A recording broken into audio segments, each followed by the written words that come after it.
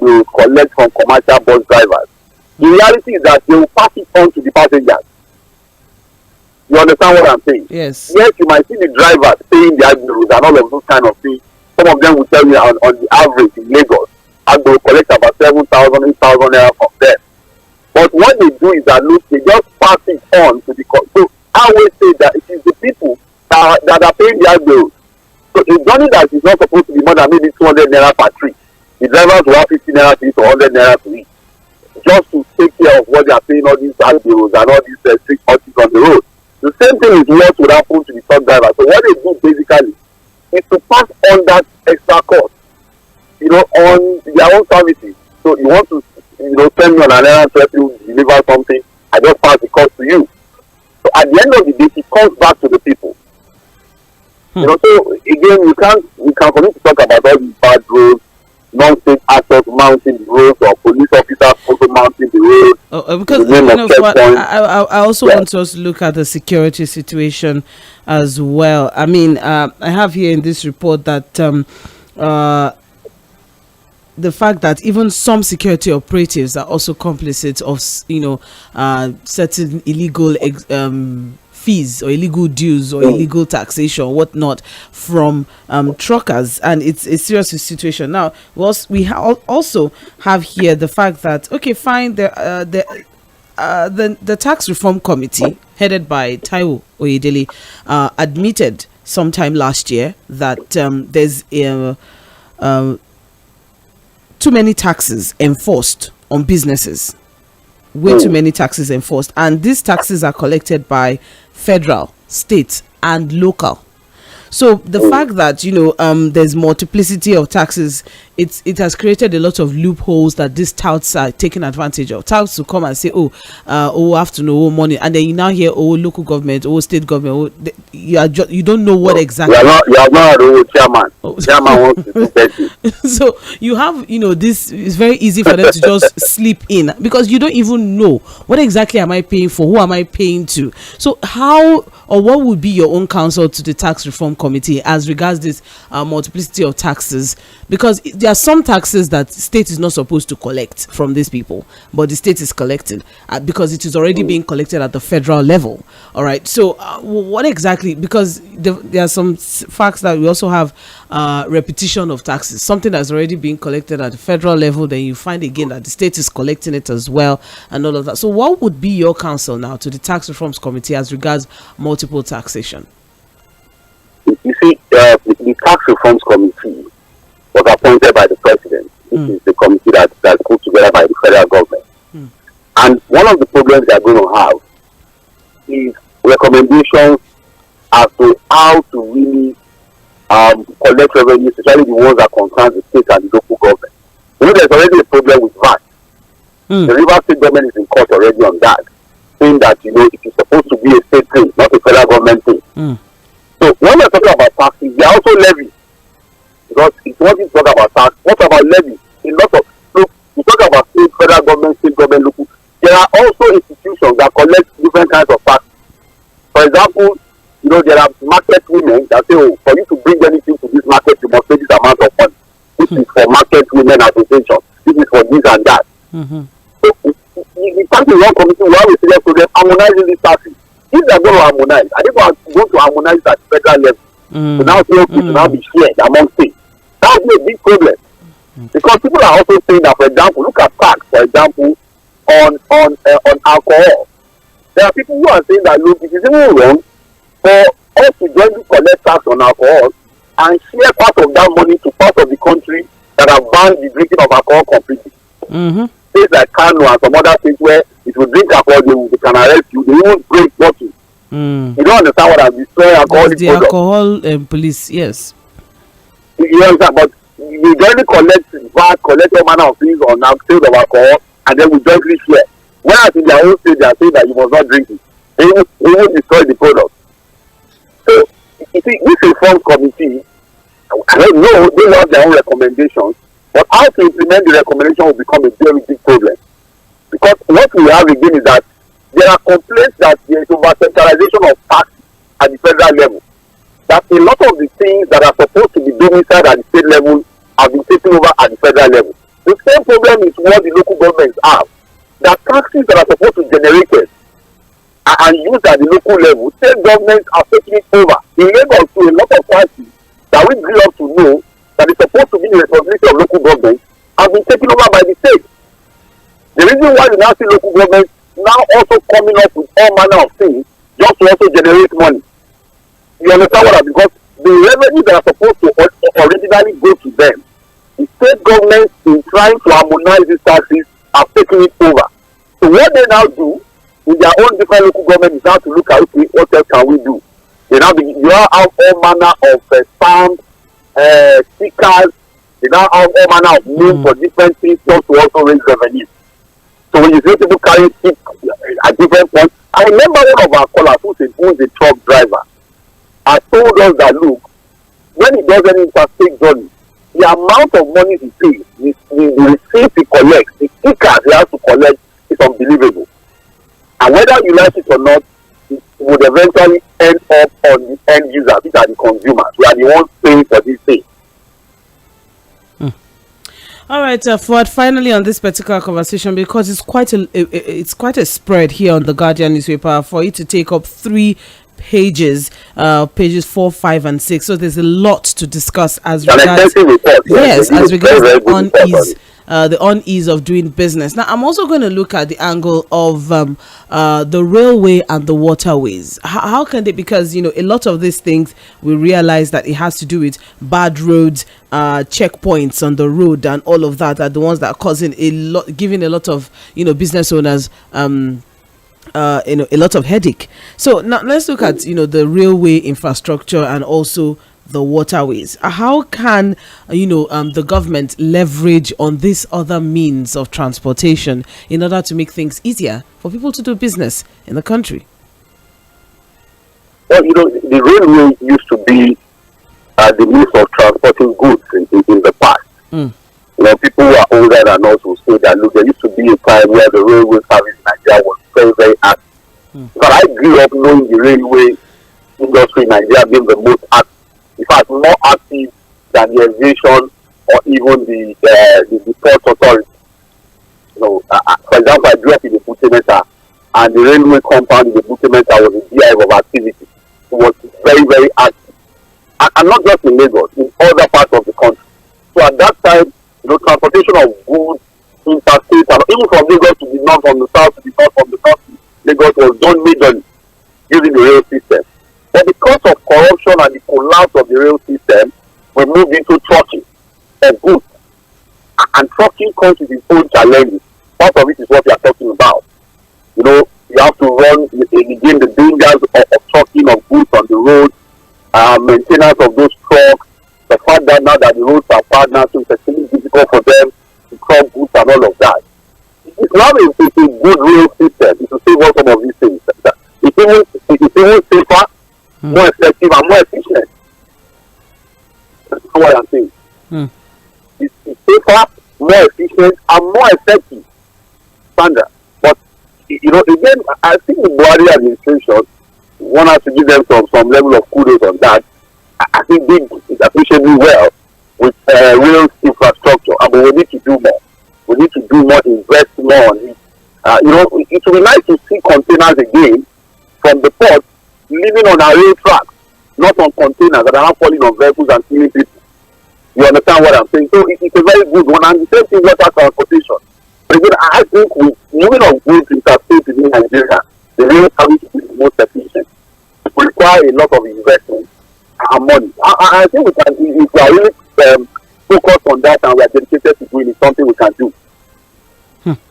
Well, movement of people and goods is critical, but the truth is Nigeria's 195,000 kilometers of roads are in deplorable state. Earlier in November, Minister of Works David Umahi said the federal government needs an estimated 18.6 trillion naira to fix only the federal roads in the next 4 years.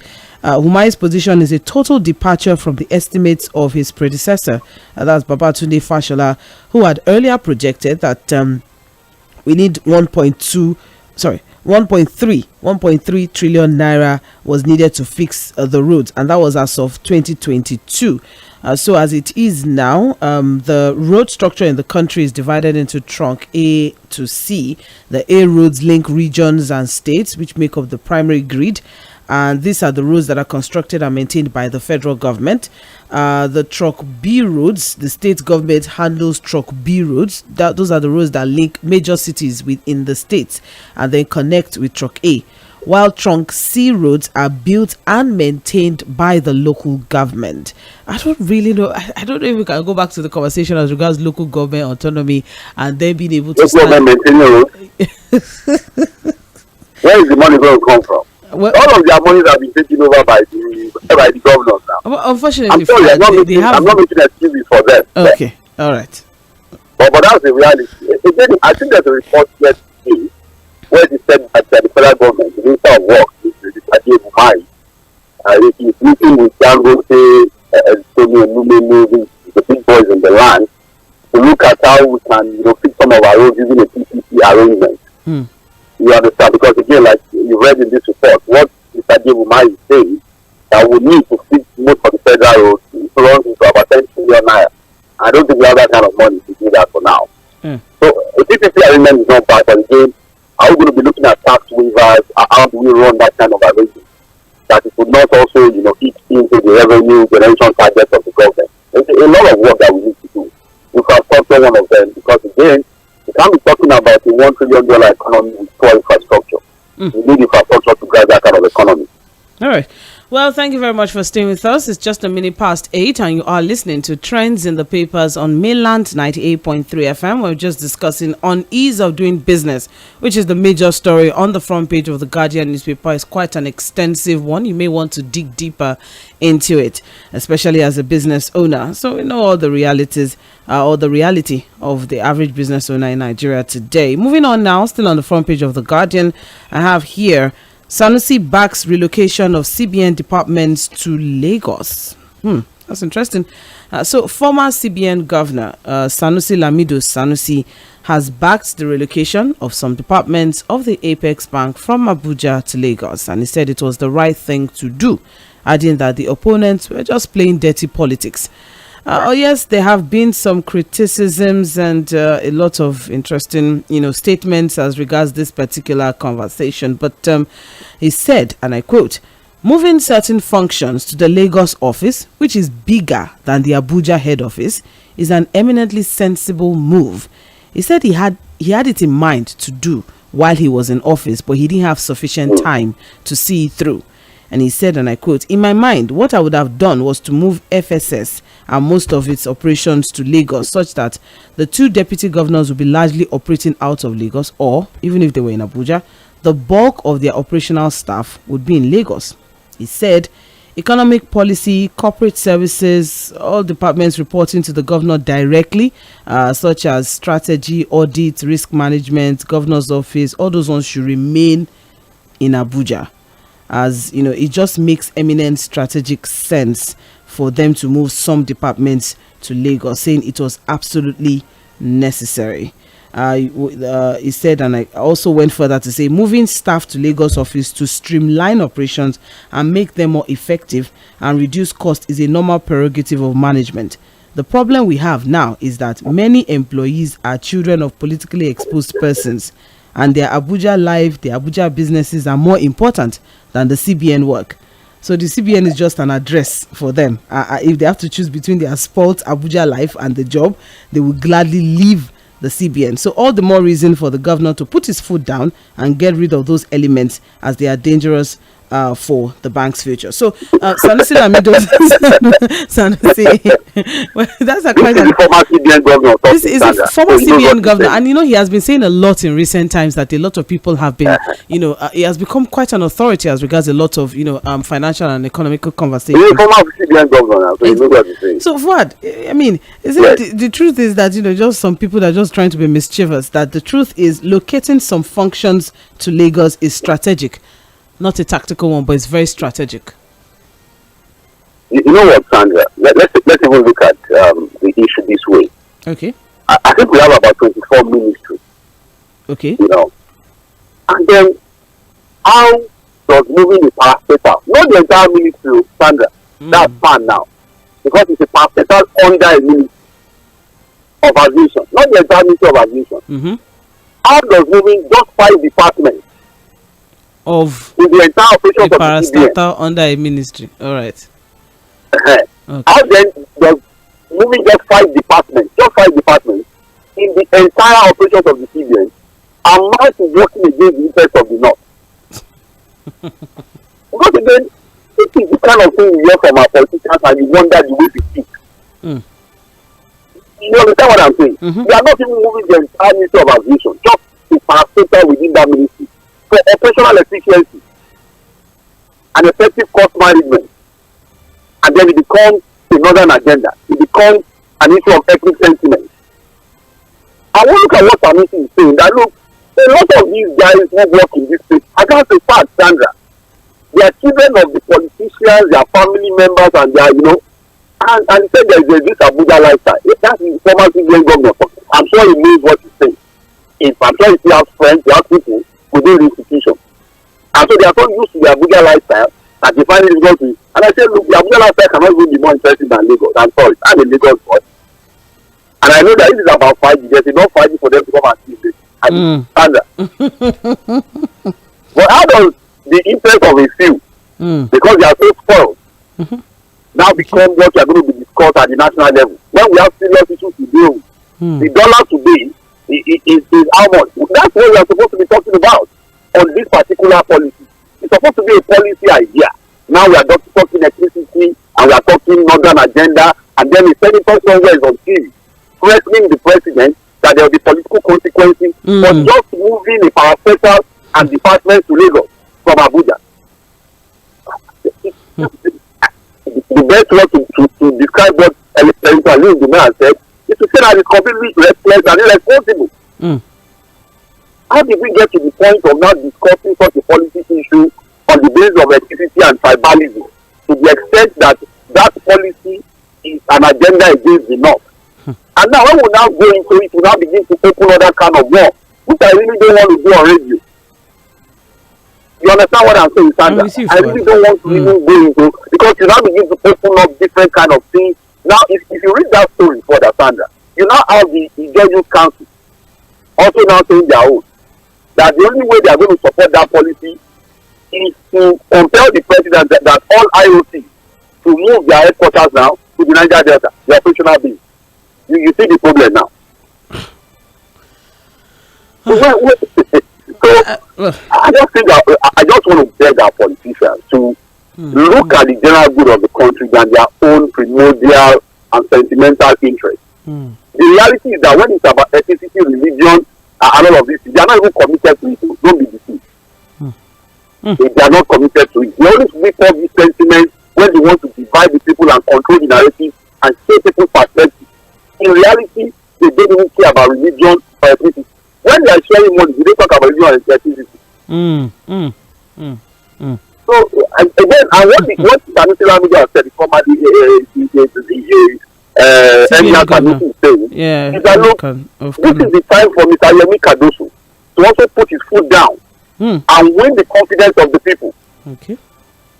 Because if he decides to reverse this policy now, then people begin to ask, are you sure you have the capacity to even be in charge of that thing, because people are threatening you? Without reverse, what were the motives? What were the motives ab initio? So what's the motive ab initio? For you to now bow to pressure because of some people's primordial sentiment. Okay. All right. Just as former Governor CBN has said, relocation of some departments of the Apex Bank to Lagos is strategic. It's just a function of being strategic, not a tactical one, but just is just being strategic, and he supports it. The story is on page 3 of the Guardian newspaper. All right, moving on now. We also have here on the front page of the Guardian, NLC seeks review of Tinubu's policies over unpleasant outcomes, and that is on page 7 of the Guardian. So just very, very quickly, what we have is the Nigeria Labour Congress has alleged that the economic policies of President Bola Tinubu's administration are largely driven by neoliberal principles, driven by World Bank and the International Monetary Fund, which are deforming the nation's economy. So they are calling for a holistic overhaul of the policies to make them more effective and sustainable. And they're saying that some measures might attract foreign investment, provide immediate fiscal relief. The policies most times come with significant adverse socioeconomic consequences. Fuhad, are we saying, do you agree that maybe some of these policies are not, suitable to the Nigeria context? Sandra, I answer that question by trying to refer to what 𝗬𝗫 𝗫𝗀𝗃 said during the campaign, when he was trying to become president. God bless his soul. Remember, he said something about the best surgeon or the best doctor in Denmark.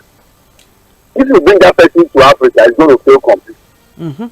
Because Paulie has not seen malaria before. Some peculiarities. You remember what he said? Yes. And specifically, he was talking about all of these recommendations from the IMF, the World Bank, and all of those kind of things. And the reality is that, look, sometimes we have our own different local peculiarities. And so sometimes when global standards are applied to local peculiarities, you just find that there's a problem. The reality is that, look, whether anybody likes it or not, whether anybody accepts it or not, the IMF, the World Bank, and all of these institutions are neo-colonial structures to continue to keep developing countries underdeveloped, whether anybody likes it or not. That's just the reality. This institution, there's even no free meal in Freetown. In Freetown, you don't get a free meal. So when they come telling you to come and borrow this money, do this policy, they hang it around your neck to keep you perpetually poor, to keep you indebted, to dollarize your economy, they know what they are doing. There's an agenda to keep underdeveloped nations of the world underdeveloped. And if you look at nations that are gotten out of the underdevelopment syndrome, they are nations who think themselves first, away from all of this IMF World Bank thinking. What you can call introspective, go back, sit down, look at your own problem and look for local solutions to it. And that's why people are saying that, look, Africa will only develop when Africa sits back. Look at the problem of Africa and look for homegrown solutions. Because the solution to the problem of Africa is in Africa. So when we wait for these people to tell us what to do this, do that, all these policies that they throw at us, they tell you to do this. Look, the reality is that, look, these things are deliberate. And look at all of the reforms now. What is happening? What has been the result of the reform? You don't even find that the IMF and the World Bank suggested something to the government that the government is doing. They are even the ones that are even questioning what the government is doing, why the results are not being seen. But ultimately, whether you accept what Joe Ajaero is saying, or you want to go the way of the government, that these reforms are necessary, and that in the end, there's light at the end of the tunnel. The reality is that Nigerians are suffering seriously at this time, more than ever before in the history of the country. So whatever reform the government is doing now, it is important that the truth must be told to them. The reforms have got untold hardship for Nigerians, not seen before. Sandra, how do you explain? Oh, you might say, doing the Buhari government for 8 years, the naira fell from 200 naira to about 700 naira to $1. But how do you explain that in 6 months, the naira is falling from 700 naira to about 1,400 naira in 6 months? So what will happen in 4 years if we are not careful? Don't forget, say we'll be talking about 5,000 to $1. You say, what? Is that not where we are going if we are not careful?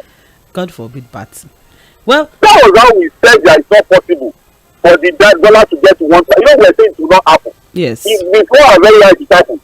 Now we are looking at about 1.4. We are looking at 2,000 ahead of us. And in 4 years we might not be talking about 5,000. We have to do something. We have to get something done. Yes, we have to get something done, and obviously from this report, I think one thing is clear. The fact is that reforms are expected to produce better results. Reforms are meant to produce outcomes for the people, and if we have NLC is saying now that any reform that does not deliberately reduce the cost of governance in Nigeria by at least 50% is deceptive. They even went further to say any policy that awards humongous benefits to those in government, allowing scarce public resources to live in opulence, build mansions, buy luxury cars, treat themselves abroad, while Nigerians are dying over common ailments in hospitals here, maintaining long convoys, receiving prayer alerts, as tokens and prayer alerts and all of that, and all manner of spurious allowances, while people can barely scratch a survival, can only be summarized as voodoo. It's just really unfortunate at this time now. So, you know what, Sandra? You know, people, you can't force your Ajibola argument. And this is the same argument I put up on a daily basis here on radio. The policy outlook of this government from day one, in terms of all of the reforms we've always talked about, is about making more money available to government. That has always been the agenda from day one. Oh, government needs more money. We need more revenue. We need to raise revenue. We need to raise more money. It's not a problem. But the underlying factor to them is that, look, when government has more money, don't worry. We'll now be able to deploy the money to better the lives of the people. More infrastructure, healthcare, blah, blah, blah, and all of that. But Sandra, the recent appropriation of funds, does it in any way show that the people can suffer and trust the government to deploy the resources to better their lives? What we have seen in recent times, sharing the with the burden appropriation of of funds from this government. Well, you mean, are we sharing the burden of these reforms? The people and the government, are we sharing the burden of? Yes, we see them, you know, reading the room and also sharing the burden, understanding that they also have to suffer with Nigerians. Look, you can't be telling the people that, oh, the reforms are necessary, or this is just, we have no other option, we just have to do this. And then in their budget, they are seeing you buy SUVs, $5 billion to innovate, $30 billion to innovate the National Assembly, you know, $3 billion for car parks. Look, I told you, if you go through that 2024 appropriation bill and sign into law now, you shake your head. You even want to conclude that Nigerians are just offering in vain. This government will not do anything. There's no way you take the appropriation bill back page to page and agree that this government has any good intention to deploy the resources of the people to work for the people. There's no way. The figures are there. Let people go and check it and let us argue it. The figures are there. And that's what Nigeria is saying.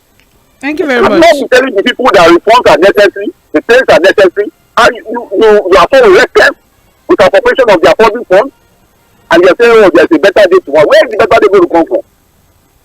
All right, Fuhad, now let's move on to the Punch newspaper, because the major headline on the front page of the Punch is a continuation of this particular conversation. And I just, there's this interesting word that has been coined by the Punch newspaper as regards, our economic situation in the country. So I'm moving on now to the Punch newspaper. This is still trends in the papers, and time check right now is 17 minutes gone past 8. And what we have here is Tinubunomics. All right, that's an interesting one. So, Tinubunomics. Federal government differs as NLC says reforms are killing Nigerians. The president is determined to make life better for citizens, says Information Minister. So, let's see what we have here. Of course, we already know, the stance of the NLC, and also addressing the audience, as regards IMF, suggestions or counsels or advice. And we also have here the fact that many businesses have been shut down. Many more are planning to shut down as a result of the increasing hostile operating environment for businesses in Nigeria. And the palliative economy, or the feeding bottle economy, which runs on the creation of hardship, then giving of a little token to cushion its effect, has created a league of treasury looters, and they are smiling to the bank. The various scandals as witnessed during the last government, where billions of dollars were frittered away in the name of humanitarian affairs, has worsened. The huge sums in private accounts, the flights from Abuja to Lokoja, are still with us. Please, let's not talk about that one, because that conversation is still there. That how was money being allocated for flights from Abuja to Lokoja when Kogi doesn't even have an airport? Imaginary flight now. It's in their mind. But away from all of that, just trying to bring to forth so many things that's happening. But maybe there's an airport in Lokoja we don't know. Things happen. Fuhad, stop it.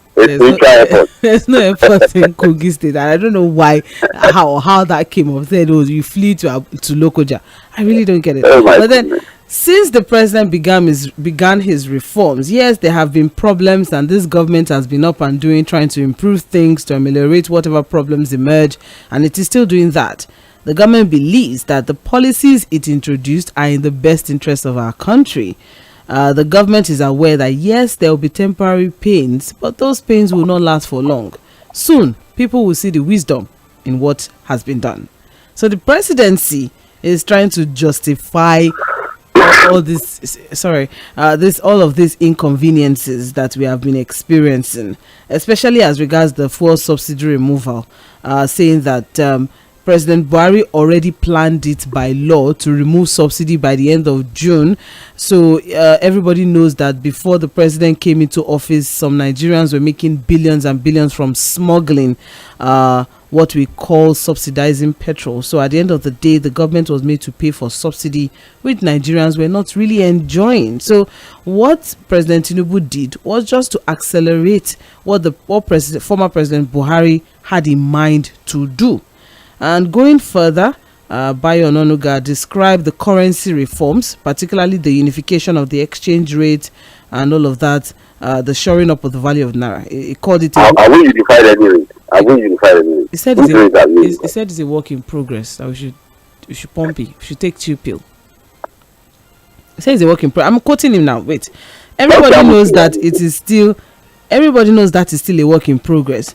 The figure we got is that when ex-CBN governor Godwin Emefiele was there, Nigeria was spending about $1.5 billion every month, shoring up the value of the Naira vis-a-vis other world currencies. So the government decided to say there's no point in subsidizing again so that Nigerians can get cheaper dollars. I'm sorry, I have to stop here. So, Fuhad, over to you, please. I can't go any further than that. I don't know how we're having cheaper dollars, because before the President Tinubu administration, people were still getting, I think, about 550 to 600 naira, to a dollar, and here we are now. We are pushing 1,500. So, Fuhad, just basically, what do you say as regards the presidency? I don't want to go into the argument of whether it was right to remove subsidy or not. Okay. That's what argument that we will not finish. Okay. Or whether we should have removed subsidy or not. Because again, I'll say it again and again that subsidy is not the problem. All over the world, governments subsidize things for their people.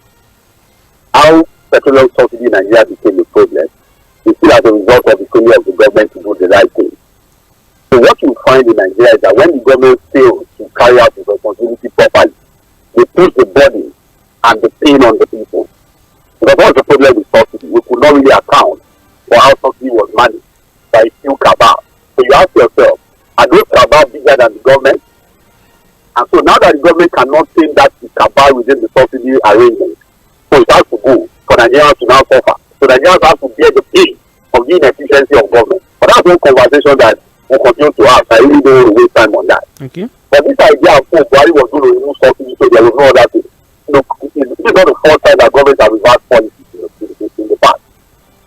But now that the government of President Bola Ahmed Tinubu decided to remove subsidy, he removed it. What has been the effect? And that's what we are saying now.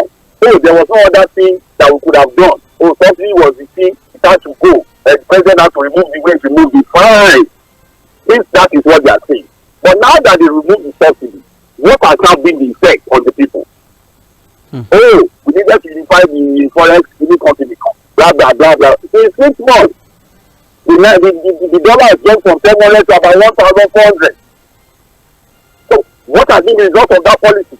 And then the idea of, these are temporary things. Is it when people die before the results will come? Because people are already dying. But again, so that it's not as if we are trivializing all of these issues. Sandra, the reality is, look, these things have to be intentional. They have to be clear timelines. The policy agenda of the government has to be clear to the people. Look, when it is too ambiguous, people will not trust it.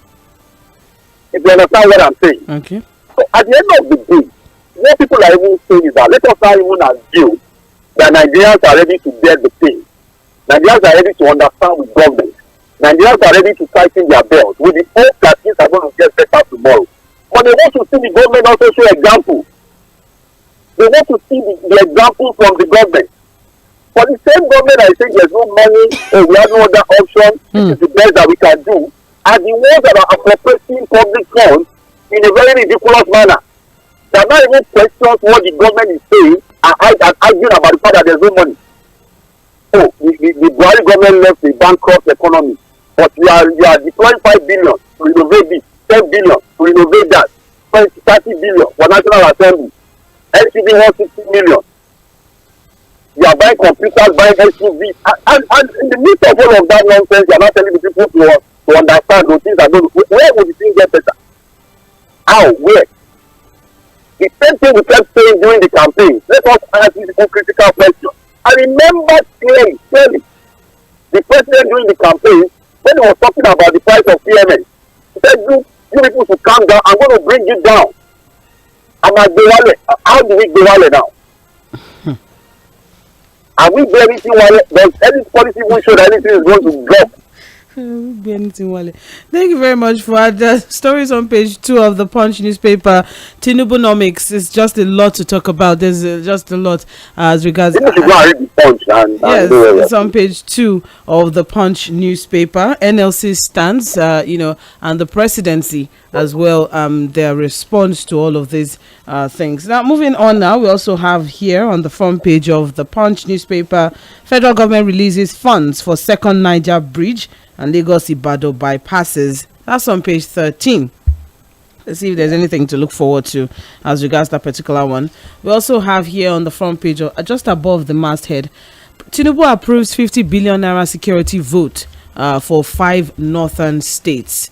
And that is on page 13 of the Punch newspaper, so you can get all of the details there. The vice president said the president has approved the 𝗪𝗪𝗁 initiative, a non-kinetic solution to deal with insurgency and banditry in the north, and has equally allocated the sum of 50 billion naira to the initiative in its first instance. So 𝗪𝗪𝗁 is a Fulani word that loosely means to be shy. To be shy. That's just basically what that means. So in July 2023, during a condolence visit to the government of Kano State over the death of elder statesman Abubakar Gadansi, it was disclosed that the 𝗪𝗪𝗁 initiative will be unveiled, noting that the use of military alone cannot end the crisis in the northwest of the country.